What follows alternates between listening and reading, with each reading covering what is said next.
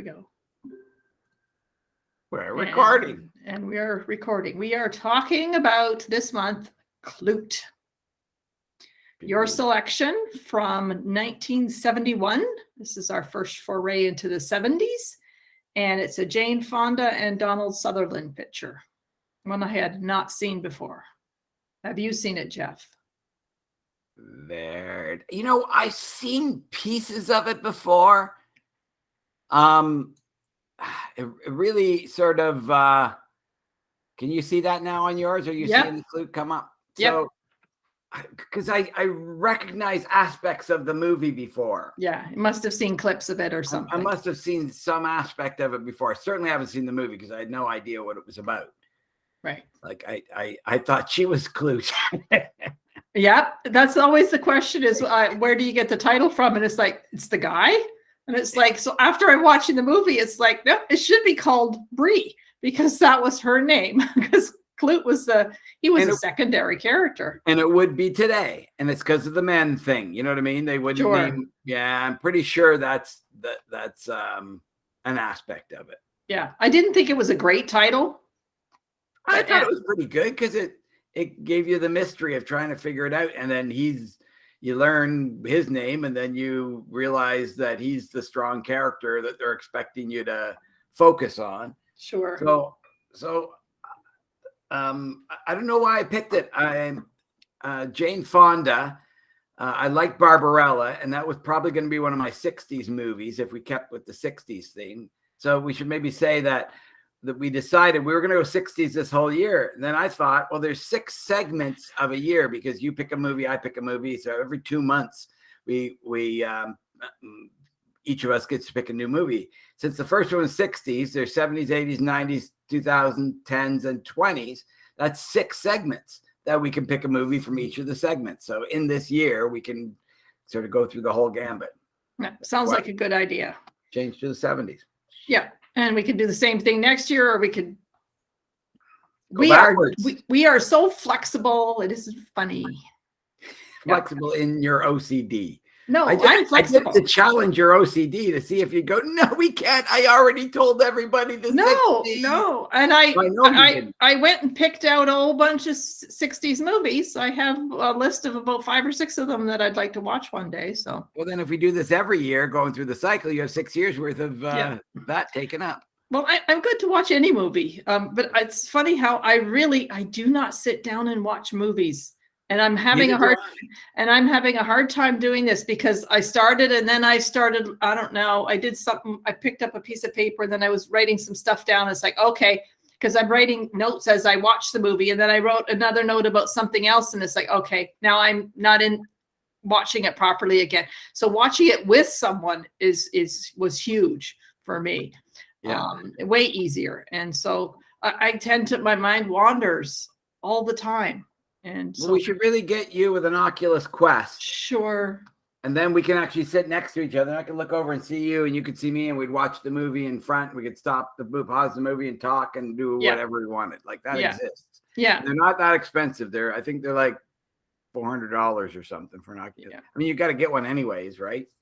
Any minute now. I am not what is it called? First adopter? Yeah. I am not one of those. Yeah. I am. You are. Getting it as soon as it's available. Yeah. So this movie is about a prostitute, and it was funny how she was called Call Girl all throughout. That was in the promotion and stuff. It was called Call Girl, and now then it was called prostitute, and now we call it sex trafficked. You know, we've got sex worker. Yeah, or she's being trafficked. No, she wouldn't be trafficked. No, I know, but that's the term we use now.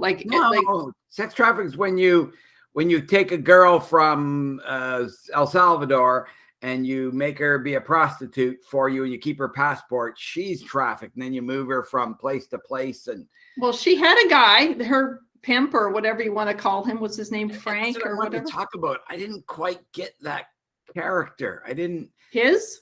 Yeah, Roy Schreider. What I didn't get was she said initially when Klute asked her, "Do you have a pimp?" And she went, something like, "Oh, you watch too many movies," something of that nature. You know what I mean? She said something like that, and then all of a sudden you realize that this guy is sort of a pimp for her, but she's not, because all these people are calling her up directly through a woman or something. Yeah, I think he used to be directing some of her, but then she's a really smart girl. And it's funny how they were talking about some of her friends when they're addicted to drugs. And so they're, I won't say losers, but, they're not in control of their lives like she is. Like she's dressed well. She uses proper language. She's very high class. And yet she sometimes uses drugs. So that's interesting that they didn't make her the stereotypical, oh, you're a drug addict and somehow worthless. So when she ran out of the car and went to that go-go dance club and then sat next to Roy Schneider. Schneider. No N in it. SCHIEIDER. Scheider. Roy Scheider. Okay. She looked like she was on drugs, but as far as I don't remember seeing her take any drugs. Well, she was doing she would sit at her table and do some stuff. But she walked in, danced with that hippie kind of guy for a second, and then went over to Roy Scheider. Yeah. Yeah. I there's so many of these little scenes that I'm thinking, why is this happening? Like little things like the tape recorder of her voice, and she wanted the tapes back. It's like, who made those tapes? Where did they come from? Like, well, they were there because there was a private detective who went out initially to go. That was at the very beginning of the movie when the guy went missing, and now the company needs to cover their, I guess, insurance. There's probably insurance on the CEO of the company kind of thing, and he goes missing. So before you can make things happen in the company, you've got to prove that he's dead or missing or whatever. Yeah, but that was 6 months ago. Like, and finally now they're going to really go looking for him. It sort of didn't make sense. Really, I didn't think that was so much a problem, because they went looking for him, and then just in terms of he's a missing CEO and we got to find it. Now it becomes a legal matter, and before they can go on and name a new CEO or collect on an insurance policy for the company, whatever the thing is, they would have to sort of prove something in the court of law. And so that's where Klute sort of comes in. Remember, he was a cop in the very first scene. He's like a deputy or whatever. So then he's hired to go do this. And they have the tapes, I think, because they thought that he had something to do with this prostitute, and they taped her. What I didn't get was how he was in a room right below hers. Yeah, like I didn't even know if that was for sure.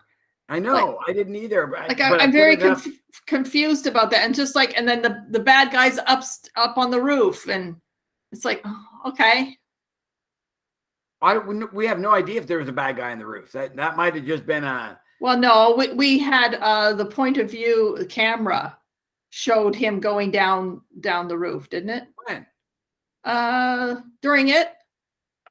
No, I don't think so. There's a lot of camera shots down, but that's looking at how they could be fearful is because there's glass above that somebody could be up there. Well, they had gotten some criticism in this movie after I watched it, I read back. They were saying that the point of view, if you want to have suspense, and they did have a lot of suspense. There was the suspense music, the little piano playing a couple of notes that were kind of freaky. And then, so apparently she's being stalked and we just don't know how and when and all that stuff. Oh, see, lost my track. Wait. About the following the guy. Yeah, they said the point of view is supposed to be from the victim, not the bad guy. And quite often we saw the bad guy's point of view, him looking through the fence, him, looking at somebody. And they say for real suspense, you're supposed to do it the other way around. So some of the shots were supposed to be from the bad guy's point of view, and we didn't get that. That wasn't clear. Well, I mean, to me, when you saw the bad guy, you see his eyes looking through. Yeah. That was obviously was there. That's why the thing on the roof, I don't know that was anybody on the roof. She was scared of somebody on the roof. She said, I think I'm But then she said, I also think people are following me. I think, like she goes, I'm just a nervous ninny. And then when he went to the roof, he couldn't see anybody. He didn't hear anybody running. He saw all those kids smoking dope or whatever they were doing in a room up in the roof. Remember when he was a kid? So maybe they were walking around or doing something. Yeah. I don't know that was the case, because I don't know that he's hanging around anymore once he's got Klute. He actually hired Klute to almost find the wrong guy or find the mess. And then you find out later that he's finding out the right guy who's... Well, was Tom... They didn't talk about if Tom was ever found. Like, he was hired to find out if Tom, the missing CEO guy. Yeah. And that never was really solved. Like, we're assuming he killed him. He said he killed him, I think, when he was talking to... Yeah, but we don't have enough information. Where did they put his body? Like, we don't... Like, there's too many dangling pieces for that to be satisfying. You kill all those prostitutes if that guy was still alive. You kill those other prostitutes so that you can silence the story that you were part of the death of that guy in the first place. Well, he said he killed 3 people. Right. That's what I mean. It would be one of them was Jane, and one of them was Tom, and then there was, I guess, another prostitute there or whatever. Yeah, the one wasn't the one on... Yeah, there's one on audio tape being killed. Yeah, maybe we think so. Right. There's no real, like, same with so okay, he killed Tom, but where did he kill Tom? How did there's too many questions for me to feel like I was satisfied to getting the answers. I mean, we know he's the bad guy, so he kind of has some nerve hiring a guy to basically find him out in some ways, if he's a good one. Like, so he's a smarter guy than he thought he was. The scene that was the most important to me was when she did get out of the car, ran into the go-go club, sat with Roy Scheider, and she had this thing of he owns me. Yeah, I'm back in the life again. Yeah, and that she's not that she was comfortable in it, but that she was like controlled by him mentally. You know what I mean? She changed in the little looks of her face. I saw her face do small things. Yeah. That's what made me think how kind of great actress she was. She would go from fearful to in control, and just with the smallest movement of her face. And I went, that's really good. Yeah. She talked about how being a call girl left her with a lot of power, because she got to act like she wants to be an actress. She's in charge of whatever she does. And I thought that was interesting, because quite often they stereotype call girls as not very smart. And she's very smart. She thought it out. I mean, things weren't going her way, but one of the not creepiest but weirdest thing is when she sat down. I think she was doing drugs, and she started singing "We Gather Together." Yeah, I heard that. I sang that song in church a lot. I know, and I love that song. And it's like, okay, I think she might have gotten some of the verses mixed up, but it was like, no, it was just so haunting when she sang that. So I thought that little part was just done really well. Yeah, no, I really like that too, because it showed that she was like wanted another sweeter, kinder life. That, you know what I mean? Like, why would she sing that? Like, and not some go-go song, or you know what I mean, some disco of the era, that or kind something. Of yeah. That she went to that. I really liked the movie. I thought it was dark, like one of the darkest films I've ever seen. Like, even the scenery was dark, the feeling was dark. Yeah. I'd want to watch this on a really good TV that has like an OLED TV where the blacks are black, because on a regular TV, when you're looking at black, you're looking at all the lights on behind the thing, and then there's LCD panels trying to cover it up. So if you watch a full black scene, like right now, look at your LCD monitor and look at something that's black around the edge. Is it black or just dark gray around the edge? Well, it looks black all around the edge. So I'll put the Klute thing back up because there's black in the Klute thing.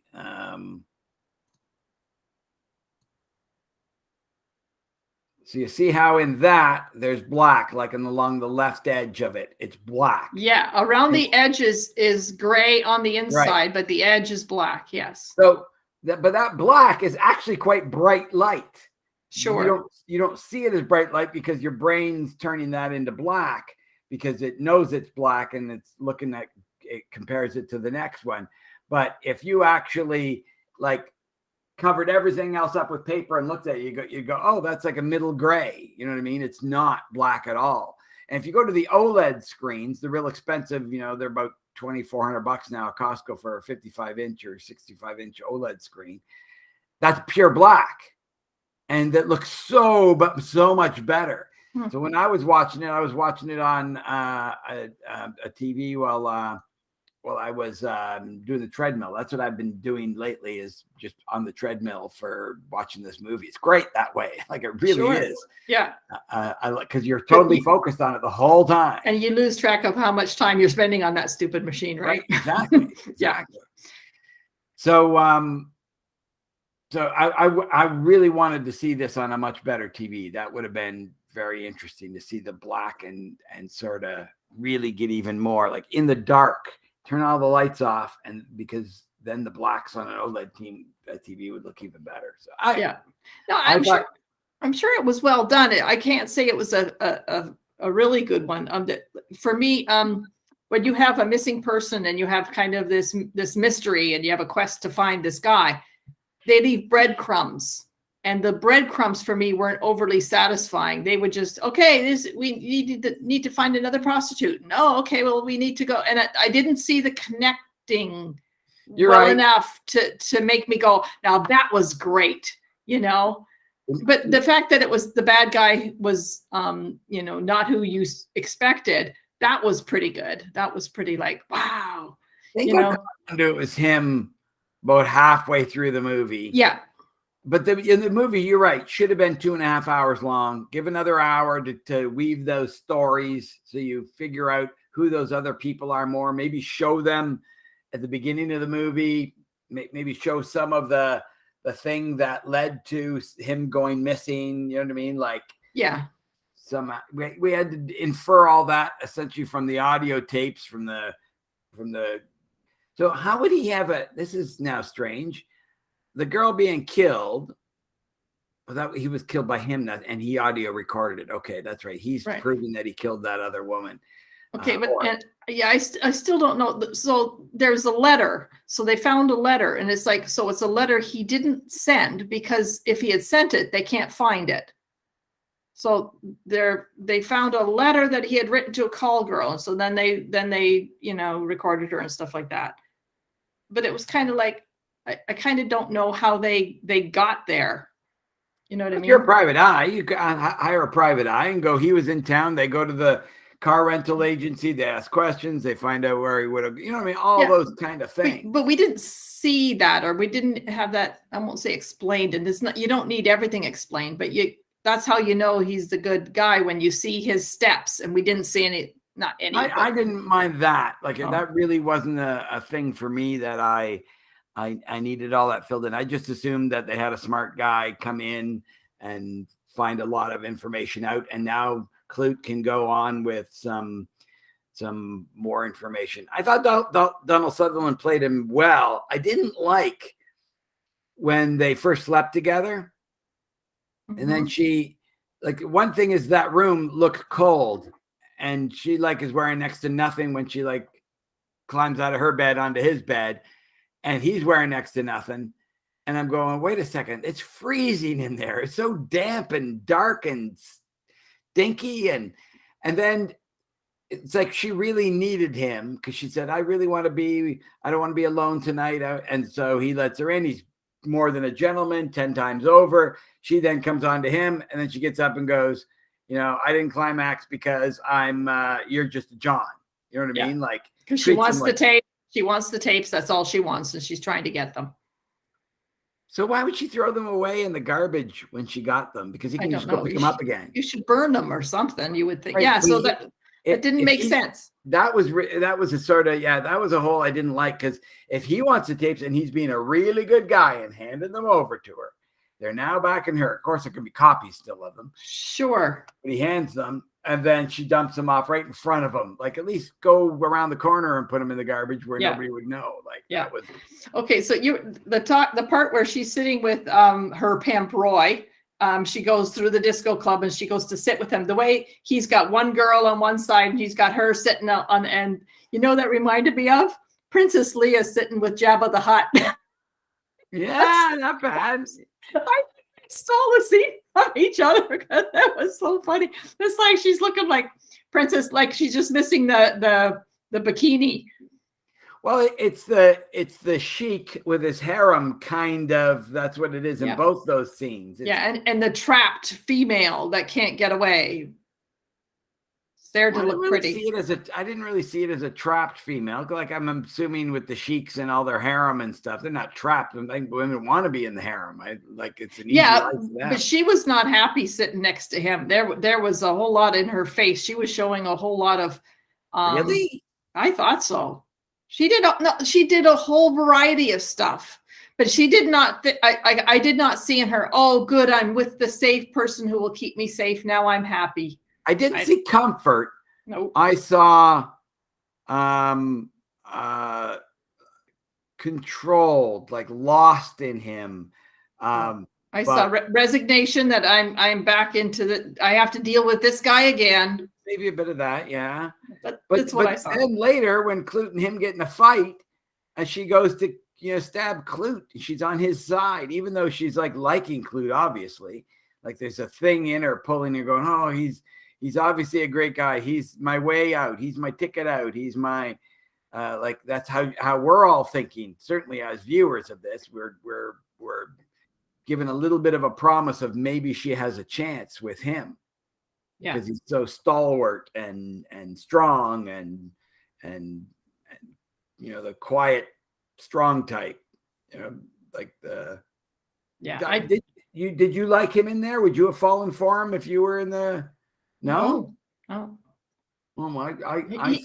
Those guys are very sleazy to me, and he actually wasn't overly sleazy, but like, he wasn't stereotypically sleazy to me. But in one of those scenes, looked it up when I was doing the research after, is that there was a scene with the go-go dancing kind of thing, and way in the background there's a guy dancing in front of the organ. That was Sylvester Stallone. Was it? Yeah. It was an uncredited role. My other role that I liked seeing was Gene Stapleton as the secretary of Mr. Goldfarb. And you saw Edith inside her, didn't you? A little bit. Yeah, she was playing that part, and that is nothing like Gene Stapleton. She's a very classy lady, but she had that little bit of the accent, the New York kind of thing. That a little bit of the ditz, just a slight amount of the Edith Bunker was coming out of her there for sure. Yeah. So what else did I write down? The room was trashed. There was a part where Jane Fonda was upset and the snot was dripping out of her nose. And it's like, talk about most actresses don't want to do that. Who wants to have snot? But she got Best Actress for this, I believe. So she won it, you think? Yeah, she did. Wow. Yeah. So I was certainly wasn't my best movie. I think the best movie was probably The Entertainer, like in the past year or something. Like, that was just so, and it's not even that it was such a great movie. It's just it surprised me on so many levels. Yeah. The what English life, the normal English life was, and then Laurence Olivier. You've seen the movie Rebecca, right? We didn't do Rebecca, did we? Oh, we haven't. Watch Rebecca. And there's a 2021 version and a 1940 or whatever version. It's fantastic. That's a great story. It's a great story. So yeah, you know the story then? A little bit. Oh, that's sad, because it's neat not knowing the story. You know what I mean? Like, yeah. If you know some of the story, that sort of gives away like some of the interesting learning parts of that movie that you're trying to figure out. Sure. It's just Laurence Olivier's in that, and like in your brain. So was Laurence Olivier wasn't gay, was he? But you really sort of think that when you watch him in Rebecca, you go, oh, that guy's probably gay. Like, it's really weird that you'd think that, and he's not. Like, he's not trying to play a gay guy. You know what I mean? There's just a thing. Maybe it's because Rock Hudson was gay, and you know what I mean? Like, we're just have heightened sensitivities towards that now, and back then you could show that reticence for lots of reasons, right? Like you could say Ashley from Gone with the Wind was because he didn't love Scarlett. Well, no, he just thought, he loves someone wholesome and not, someone like Scarlett. So it's funny, you get to the very end. Like, that was a creepy scene at the Goldfarb factory when the guy came after. Like, that there was a lot of suspense there, and then she was rescued, and that was done well, I thought. Well, it's because he admitted to her, I've killed people, so now he can't let her live. Yeah. That's a little obvious that she's gonna die. Yeah. And that's why you have so much fear at that moment. It's because he's not about to go, okay, well, as long as you don't tell anybody. Just wanted you to know. Especially when he said, I think I'm a good guy. Remember, he was like, I think of myself as a good guy. Yes, I've murdered some people, but like... But I thought what was kind of interesting about the suspense kind of things is that there's a first you have the whole movie, and then at one point you suspect the right guy, and then at another point we know it's the right guy, and then there's another point when everyone else knows. And so there's this, depends how fast paced that is. And I guess, like, do they let you know sometimes they don't let you know till the very end that, and then that's this big thing. And sometimes leaving the breadcrumbs and helping you to solve it. That's kind of cool. Yeah. Like, I enjoy doing that. So it was done the way it was done. So, but like, it's like with Columbo, who the bad guy is at the beginning. Yeah. You know exactly who did the bad thing for sure. And it reverses the breadcrumbs on you. You know what I mean? Like, he's got to go figure it out with the little information that you have in your head. Yeah. It's just like watching this is like, where's DNA checking when you need it, right? Because now they have, okay, you have the same blood type. And it's like, oh, okay, that's going to scare someone into admitting that they did it because it's the same blood type. It means nothing. Exactly. So, it was... I don't think I'll watch it again unless I was, looking for something. But I would watch. How it says more like this, like on MB. What's it? Black Christmas, No Sudden Move, The Last of Sheila, Hustle, Long Goodbye. So I'd watch those movies because if people are saying that reminds me of that movie, because I like that the darkness of that movie. So I'd look for more dark movies. I kind of think it's neat that, the movie's called Klute. It's about it starts with Klute and it ends up with, Jane Fonda, I won't say stealing it, but really, being the real star, getting the best actress for it. That's kind of, I think that happens. She's what you think of this movie. You don't think of even Donald Sutherland. I don't think of him and this movie. I think of Jane Fonda. He looks so young, eh? Yeah, no kidding. Yeah. Yeah. I like how she she compared being a call girl and wanting to be an actress is the same thing. I liked how she was in therapy. Goodness gracious. Like, you don't think of that, someone living that kind of life. Showing that she's a classier hooker because she's willing to go to therapy and spend some of her money on it. And I like how certainly trying to be a classy hooker, sort of failing at it though. Yeah, well, it's in a lot of ways, but they also didn't go the stereotype, So that I appreciate. Making a woman. I mean, was she smart in some ways, but in other ways she wasn't. If you're going to make a movie and feature somebody like Jane Fonda in it, you can't make her a regular old hooker who gets beat up by her pimp all day and all night and then goes, you know what I mean, and have a regular. I mean, that's the down and dirty aspect of hooking that we all think about. You know what I mean? Like stereotype. Yeah. Yeah, I'm sure that's only an amount. I think most of it is like people on Craigslist saying, "I'll come over to your house for $400." You know what I mean? Like somebody, I don't remember where I heard it, but somebody was talking about the endemic. No, not the endemic. The number of soccer housewives that are actually hookers that go have sex for money is way beyond what you would think. Yeah. Like the numbers are so, like, you would assume 1 in 10,000 would be, you know what I mean? And it's like the numbers are way higher than that. It's just like there's so much of that going on. Yeah, that was married, and she only does it twice a month and just gets away with it and makes some money. And it was the same with drug use. We didn't know that the soccer moms were apparently, addicted to fentanyl and stuff like that. And it's like, okay, that never knew that. That never crossed our mind. Yeah. Same thing. We never thought priests could be, pedophiles. Pedophiles. But yeah, there's all kinds of cases of that people are different. So you can't put people in boxes. So sometimes it's satisfying to watch, people fitting the mold. And other times it's nice to see that they break out of the mold, and it's and you don't want to be, oh, we're just going to make the woman smart because it's politically correct to do so. We're not allowed to write dumb women anymore because the feminists will all be mad. Well, you watch every commercial now, and the guy is the dummy. Like in every commercial, like the girl's making the smart financial decision. He goes, really? Like every guy is an absolute toad.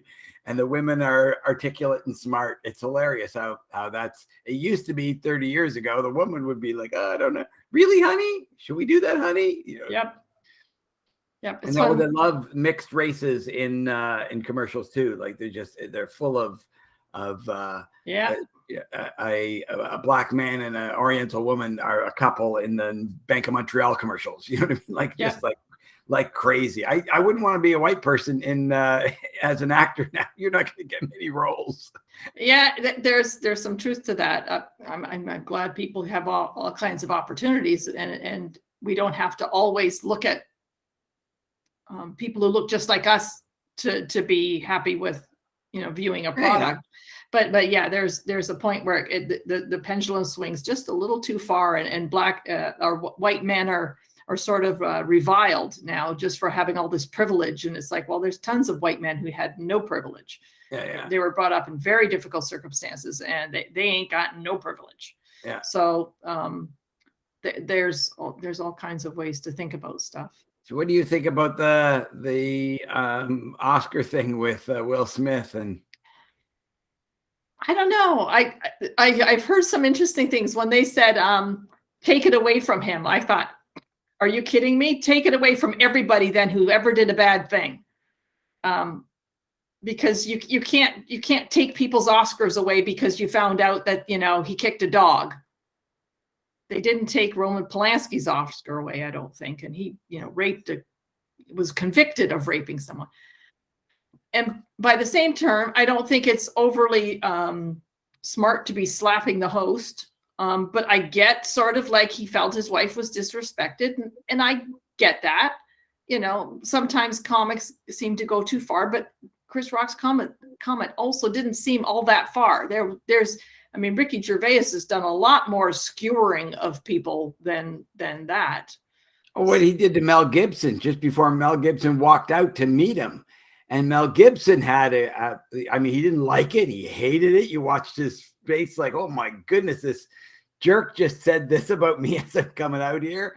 Like that was horrific, but he had to let it go. Yeah. Jim Carrey had the best. Have you guys seen his interview on it? I don't know. I don't, but I saw a meme, but I never know if it's a real one because people are attaching words to other. Just go to YouTube and type in Jim Carrey response. What did he say? Oscar thing. Essentially, he goes, I was horrified. He goes, we are not what we pretend to be. We've lost our stance as people who can be looked up to. He was embarrassed for his profession because the Oscars is sort of the pinnacle of the profession. And the fact that this happens and then the Oscars just goes on and they stand and applaud and and he like just the way he said it, you realize that he's a good guy and wants to be good. And his apology, like he goes, and he didn't even trash Will Smith in it. He said, I'm sure he's a good guy. I'm sure he has hopes and dreams and needs and angers and stuff that we all have. It just, that can't be done. That is, I mean, you think of what's going to now happen to comedians when they roast somebody in the audience. Kathy Griffith said that it is just now open season on comedians, that if you don't like what they say, you get to belt them. Yeah. So I get that, but part of it too is like it was a slap. The guy's face didn't fall off, and you're not supposed to do that. I get that, but you know, he just dissed his wife, and so. Some parts, not just a slap. It's what one is. You saw a slap. You saw his instant. So he played Muhammad Ali. He knows that a hit. He knows that a strike. It was hard, yes. And I'm not. But I mean, he didn't chop off his head. He, you know, it wasn't. He was trying to. But it's the threat stand of it. up for his wife. I walk into your house and I threaten you, and I don't touch you, but I threaten you. I hold a knife in front of you. Is that well? I didn't even touch her. Well, you're right. You know what? There was no violence. Right. No, I know. And I know, like, we shouldn't tolerate any violence.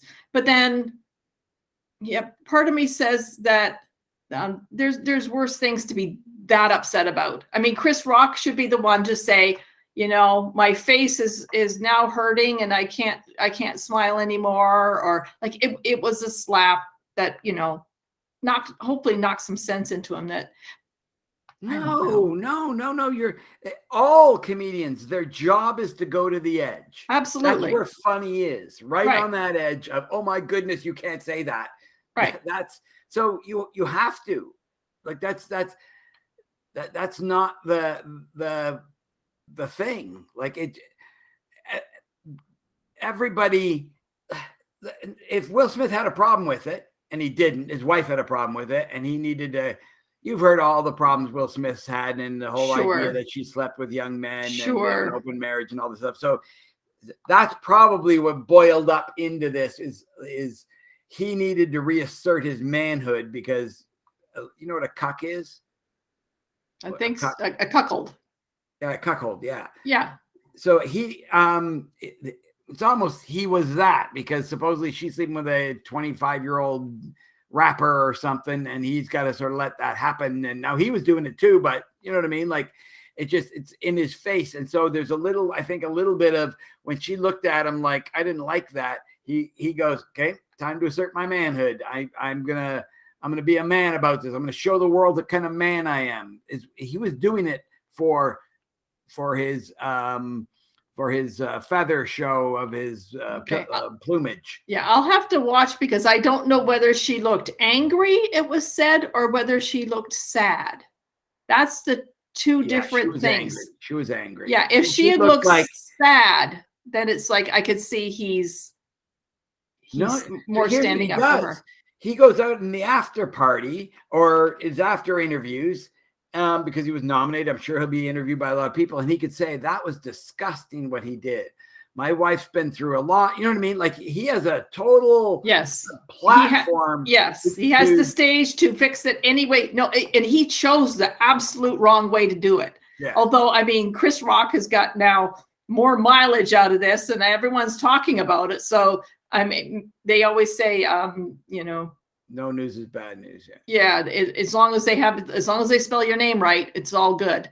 Yeah. Although it's clear that it's not true. You know, Mel Gibson is one example of, you know, someone who's made a mistake and just cannot fix it. It is like unfixable. And yet Robert Downey Jr., he's fixed it. So it's possible, but man, I sort of think Mel Gibson's fixed it. I don't harbor the same thought. I don't, but I think that there are people not giving him roles that I think he's got $1 billion in the bank. I don't really think he doesn't care. I don't think he's really, he's got the FU money. He doesn't really need to. I mean, I don't think he has the respect though. People are still making jokes about him. Yeah, I think they are too, but but they're not making jokes about Robert Downey Jr. anymore. like he's Well, risen it's because he has a whole breadth of work that he's done since then. Yeah, and they're not allowing Mel Gibson to do that, or Mel Gibson doesn't want to do that and show Yeah. people. He could do it. He could make another. Yeah. What was that Jesus movie he made? That The Passion of the Christ. No, Yeah. he lost money on that. That was his. What do you mean he that? lost money? No. He put his own money up for that. Like, he risked his money. Yes, that's what I meant. Made, I'm sure he made a lot. Yes. Oh man, that movie did well for him. But he's not going to be the, we call that the. He doesn't want to do commercials. No. Spokesperson for Ford. No, I know. He was on the Joe Rogan podcast with his father, and this is about a year and a half ago or something like that. It was really good, and you heard him talking and how he's talking, and you go, man, we were all judging him by his worst day. I don't want to be judged by my worst day. Yeah. No way. And nobody does. And Yeah. we all got to judge him by his worst day. That's Jodie Foster stuck by him. You know that, eh? Okay. Yeah. No, I believe that. But that's really cool that she was able to stick by him. She did that movie with him where he was a beaver or something. That was after she's done a number of movies with him. Yeah, but she stuck by him, which almost everybody just, throws up their arms and say how terrible this is. Yeah. Oh yeah, that when they try and cancel you, the whole cancel culture thing, everybody like leaves you in the dust. I hope I would never do that to somebody that you know what I mean? Their worst day, they're being judged by it. That I would just go, that's their worst day. You know what? That's better than my worst day. Yeah. I've had a worst day too. Yeah. So I guess, and Will Smith's worst day was, Sunday night. Oh no, I think his worst day was before. Yeah. Like personally, when the world is teasing you that you're a cuckold with your wife, and that's a very unmanly thing to consider yourself of. I think that's why he did that, is because he needed to reassert his manliness, and you do that by protecting your wife in front of everybody. You know what I mean? Like, look at us being the talking heads on a what do you call it? A current event. Because sometimes there's such idiots that they like on Fox News or CNN or whatever, they have the 5 people and they all kind of agree with them. But, you'll have someone who says something a little different and they jump on them and stuff. And some of them are quite intelligent. I know Penn Jillette quite often has to be a talking head. And other times it's just a bunch of idiots just rambling on about jumping on a bandwagon. That's what you and I are doing now. Exactly. That's what I said. Idiotic conversation that we don't really know anything about. Exactly. Anything. I love it. We're just yabbling on. What do you think about Will Smith? I am so mad at that man. Or, he stood up for his wife. It's like, okay, both of them are right. Both of them are wrong. No, I don't think he stood up for his wife. He stood up for himself. He did that for himself. He did that because he wasn't the man in lots of people's eyes and he needed to prove it. And he went so Chris Rock, when you watch him, he had his hands behind his back and he left them there. You know why? Because if he'd have moved them out to protect himself or something, a fight could have broken out. Yeah. He minimized it by letting that slap happen. And then it was over because he didn't, because so many other people would have sat there and blocked him and punched his lights out. You know what I mean? If they could have. Yeah. You know what I mean? He'd have been in trouble. And that's so imagine this. Imagine a white guy came up and did that to Chris Rock. The exact same thing happened. He made a joke about his wife. That guy would have been in trouble. That would not, because they're so woke at the Oscars. So that would have been woke. Trouble. Yeah, it would have been terrible. Yeah. I hadn't even thought about that. Yeah, not even. Or it was a white guy doing the talking, and a black guy came up and hit him. Then it would have been all different conversation. Best thing that's ever happened to the world. They finally got something back, and that's interesting. I hadn't thought about that part. There's too many. The Oscars are so ridiculously woke now. It's awful. It's too much. Yeah, but and like by the same token, I have almost the idea of you're so woke that you won't let this playground scuffle take place. And that's, it reminds me of little kids fighting. You're bugging my girlfriend. It does. And I'd be happy if it was little kids. The problem is it is adults. No, I know. They all got mad at Trump going, well, he's the leader and we all follow what he does. And that's what people learn from. Well, I'm telling you, people learn from Will Smith more than they do from Donald Trump. You know what I mean? And follow him, trying to emulate him and be him. People like Barack Obama and wanted to emulate him by being a good guy because he was a good guy. You know what I mean? Like from that perspective, but nobody sat there and tried to, wear his clothes and do his style and talk like him. You know what I mean? Like that's not how they don't look at a president that way, but they do look at Will Smith that way. Well, he does. Will Smith is the action hero kind of guy, Yeah. right? And Chris Rock is a quirky comedian. So yeah, I saw Chris. I think it was Chris. Was Chris Rock in that movie with Bryan Cranston? I don't know if it was him or it was someone else. It was a young black comic though. So the guy who plays with Dwayne Johnson in a lot of movies, I think. Who's the Kevin something, yeah. Kevin Hart. That's who it was. Yes. Yeah. But those guys are sort of, I won't say interchangeable to me, but they seem, they're both young comedians. Yeah. So, but yeah, in some ways this reminds me of a playground brawl that it went the wrong way. I feel bad for Will. I wish he could have controlled himself and he could have. So Jim Carrey said, he goes, the interviewer said, well, what about the fact that Chris Rock didn't press charges? And he goes, he didn't want the hassle. He didn't want what would be added to that if he did. All of a sudden now he's re-hit him back if he does that. And there's a little thing about men don't do that to men. And you know what I mean? You're like, especially because it was a slap.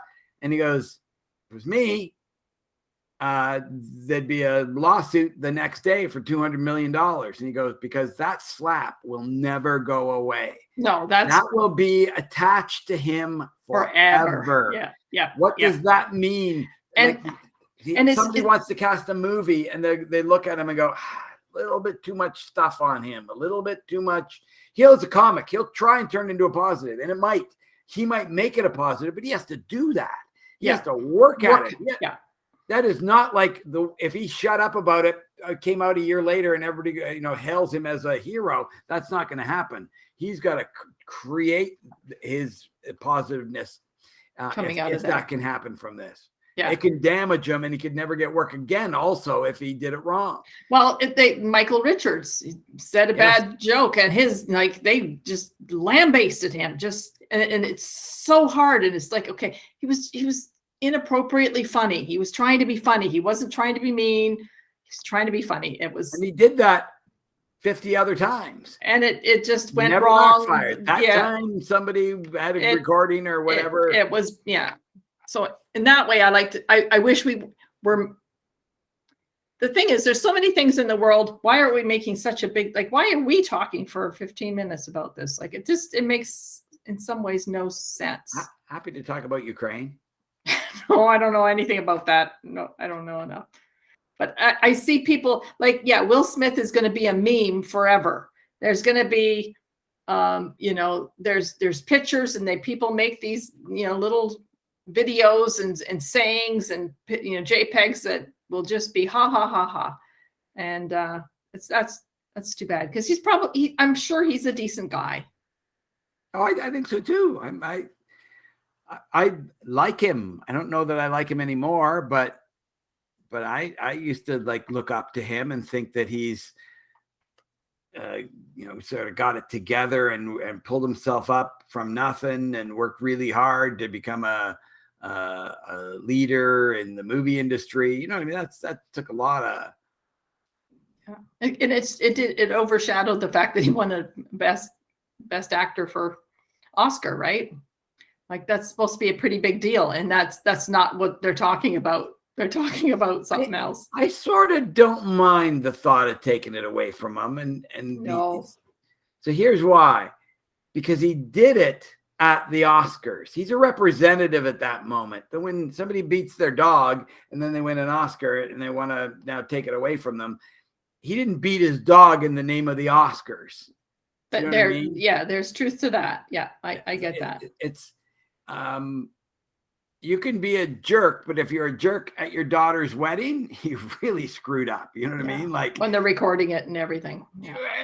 or because you now they're representing your family and your stuff. And that being a jerk is way different than being a jerk. And so I tend to think if I'm on that committee, I'd go, yeah, take it away from them. We need people to realize that we have to be a cohesive group and our Oscars mean something. And Yeah, he but turned it into a personal offense that he wanted to. One of the other guys, and I might have heard this wrong, but one of the other guys who was up for the Oscar says, I hope he wins, because if he doesn't win, it's going to look like, and all of this is decided way ahead of time, but it's like, okay, we're going to punish him. So we're going to take away his Oscar and then we're going to give it to someone else. Like, who wants to win an Oscar because they took it away from Will Smith for being, nobody wants that. So it just seems like a little bit too much of a overkill for the whole thing. Oh, of course, any little thing. I mean, that's why people are getting canceled. They do a little thing, and all of a sudden, the whole world jumps all over them. Yeah, and I mean, we're all about that. I mean, again, like you said, we're talking about it. Why in the heck are we talking about something like this after doing a movie review? All it is you and me talking like we would with no recording of the talk. We're just doing that, and then nobody watches this to any length to get to hear anyway. So it's just you and me talking and putting it out there so that we also can be canceled by people. Well, YouTube has to say, Jeff, you're not allowed to put up any more things, right? Yeah. That would be, and nobody cares enough. That's the whole point, is that nobody cares enough. Oh, I could go on with Nazi salutes and all that stuff. Sure. And mine would stay up. Yep. Well, no, but you'd be surprised at the things that people get upset about. It's like, yeah. I don't even know that is what they get upset about. Nowadays, they're controlling the media. Like if you'd have said 1 year ago, the coronavirus came from a lab in China, you'd have been censored. They'd take your video off the air, certainly demonetized, but probably removed it. And now it's the de facto answer to what's gone on. They, you know what I mean? They've come to the conclusion that maybe, yeah. If you'd have said the Biden, his laptop, Hunter Biden's laptop was real, it was Russian disinformation. You were taken off the internet, that your video was removed. Yeah. I mean, they really did change the election. Sure. Trump would have won if that's, I mean, they've interviewed or done polling to a lot of people and said, if you'd have known that laptop was real and that he was getting money from those people and that some of that money was going to Joe Biden when the big guy is named, like it's real obvious that's Joe Biden was getting 10% of whatever deals that are coming through. Would you have voted for him? So half the people say yes, I'd have still voted for him, and the other half say no. Well, it was such a close election that so obviously would have taken some people, not that they would have gone to Trump, but they would have not voted for him. Maybe just not gone in and voted. You know what I mean? Because I don't want to vote for Trump, but I'm not voting for him because Trump would have won the election if the truth would have come out, and it was suppressed on purpose because they wanted to. Because Hillary said and Biden said that's just Russian disinformation. You don't that's the Russians interfering, and it wasn't. Like we know that now. I'm not keeping up with that enough to have. You're going to be the talking head on that because I don't know enough about.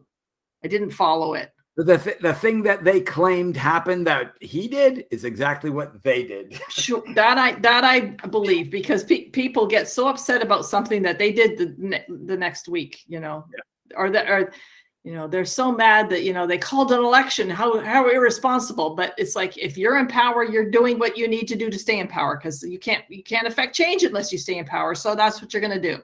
Well, I learned something a long time ago, and that was, if you think your spouse is fooling around on you, it's because you have the potential of fooling around on your spouse. Okay. Yeah. If you're jealous, you're going, oh my goodness, I think he's doing this. Because if you didn't think ever of doing it, if it wasn't even crossing your mind, you don't imagine they're doing it. Yeah.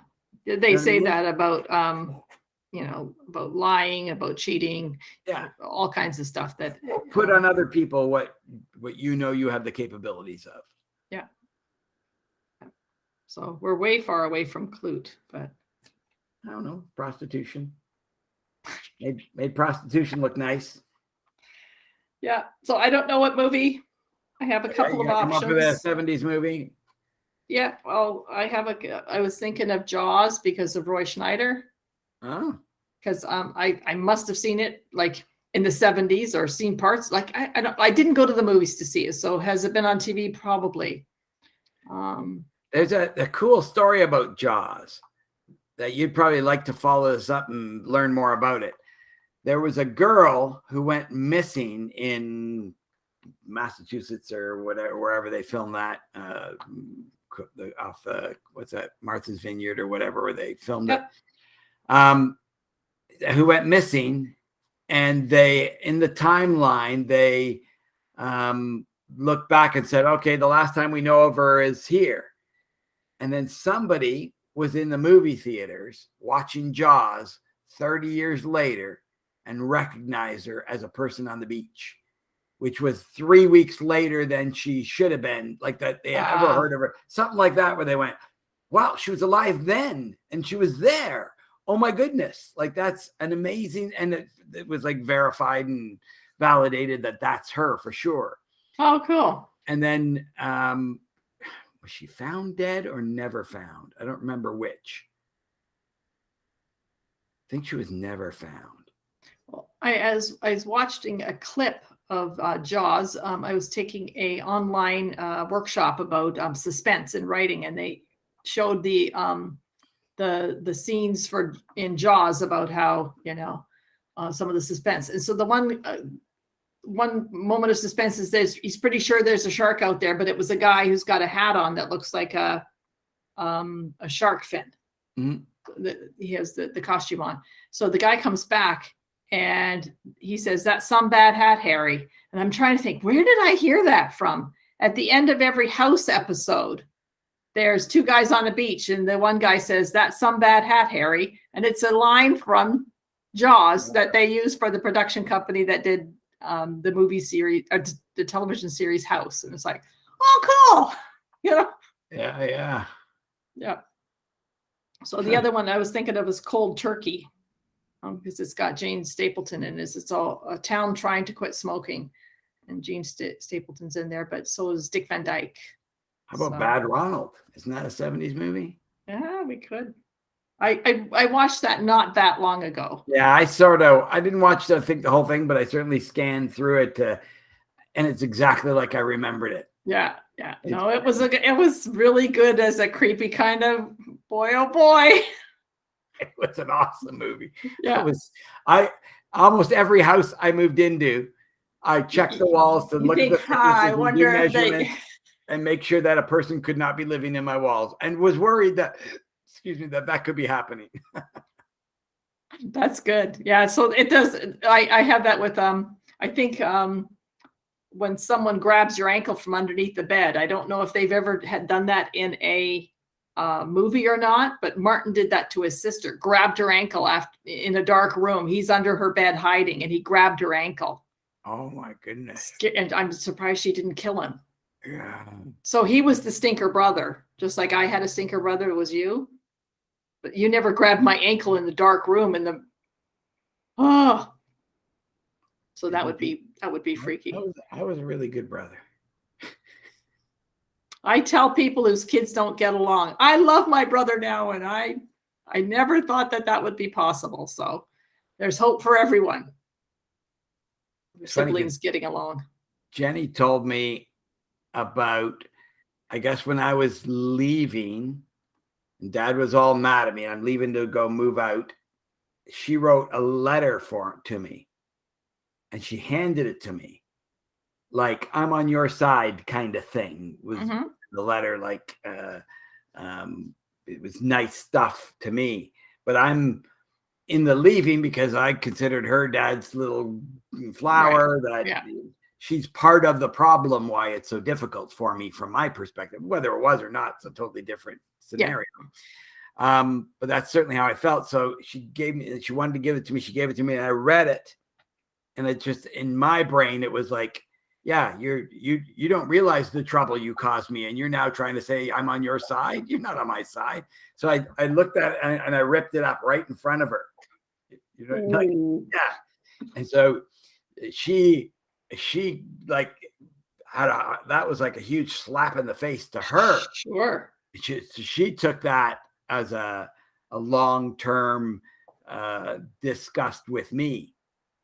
I remember one time, though, when I was living on Mohawk Road, right across from the church, in that little teeny apartment.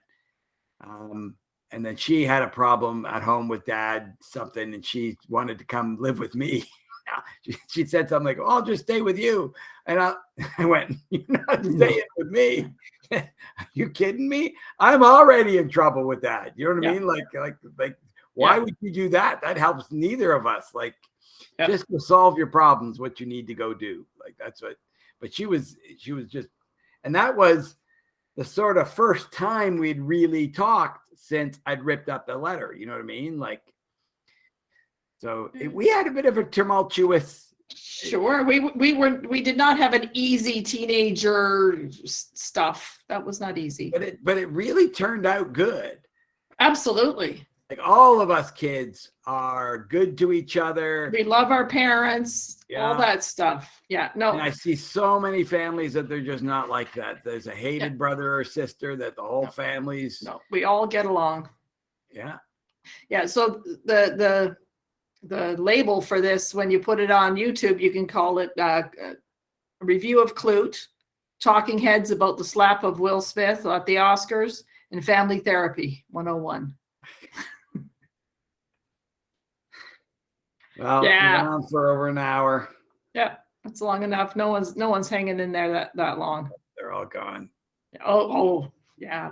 I will say I pity the person who's hung in this long, because you've got a no kidding, eh? sad, pitiful life. Okay. Well, see you next month. I will stop the recording. See ya. Bye, everyone, or no one.